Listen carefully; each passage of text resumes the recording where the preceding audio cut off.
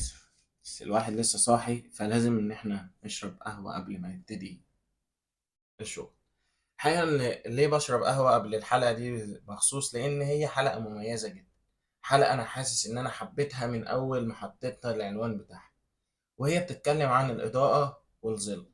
طيب يعني إيه إضاءة وظل يا يحيى؟ يعني أنت هتقدم لنا إيه النهاردة؟ طيب لو جينا نتكلم عن البداية في التصوير أو بداية أي حاجة، عموما التصوير بيتكون من ايه؟ انا من وجهة نظري هو ما هو الا اضاءة وظل. عشان اغير شخصية اي عنصر معين في الصورة فلازم اغير الاضاءة. عشان اخلي الفيديو اللي انا بصوره ده يكون بشكل دراماتيكي ممكن اوطي الاضاءة اخليها اقل حاجة. الجنب ده يكون لما هنا يكون منور فهيرمي هنا ظل لان هنا مفيش مصدر اضاءة، فهيبتدي ان هنا يكون بشكل درامي، فابتدي ان انا احكي لك قصة رعب واعمل لك صوتي كده. ولكن كل ده برضو الاضاءة اللي عملته. طيب والظل في نفس الوقت هو اللي عمل. فانت لما بتستخدم الاضاءة بشكل معين، بلون معين، باتجاه معين، كل ده بيغير الصورة. فمن اهم الحاجات في التصوير هي الاضاءة والظل. لو انت فهمت الاضاءة والظل هتعرف تعمل اي حاجة في التصوير. تعرف تصور صورة معينة لشخص قاعد في الشارع عادي ولكن الإضاءة جاية بشكل معين وهو قاعد بشكل معين فيبان إن هو حزين، أو الإضاءة قوية في المكان وأطفال بتضحك فيبتدي إن أنت بتصور صورة سعيدة لأطفال بيلعبوا.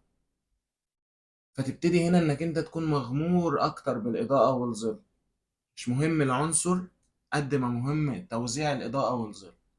وده الحقيقة اللي ابتديت أعمله في أغلب الصور بتاعتي، ان انا اركز بس على صورة تكون فيها ضوء وظل. مش مهم العناصر تكون باينة قوي لان انا الضوء كل ما هو كان مرسوم بشكل معين كل ما العنصر ده ظهر بشكل معين. مثلا عاوز اظهر صورة يكون فيها شكل درامي بالليل، فابتدي اصور صورة زي كده واغير الاضاءة بتاعتها اخليها باللون الاصفر. عايز اغير مثلا شكل معين لموضوع معين فابتدي ان انا اركز على الاضاءة ان هي تكون بالشكل ده. وده اللي ابتديت اشتغل عليه في اغلب الصور. يمكن انا حاولت اختار اسمي الفترة الاخيرة يحيى نوار بسبب ان هو انا لقيت نفسي ان انا بركز في كل صوري على الاضاءة والظل، على الضوء بشكل معين والظل بشكل معين. بعد كده كل حاجة بتيجي. يعني ده من وجهة نظري، يعني ما اعتقدش يعني ان شاء الله يكون في ناس متفق معايا في ده، بس انا بحب اعمل ده. هو الاضاءة والظل الاول، بعد كده كل حاجة هتيجي. بس ده كان موضوع حلقتنا النهاردة. أتمنى يكون الموضوع خفيف وبسيط على قلبك. أنا أخوك يحيى، ما تنساش لايك وشير وسبسكرايب. والسلام عليكم ورحمة الله وبركاته.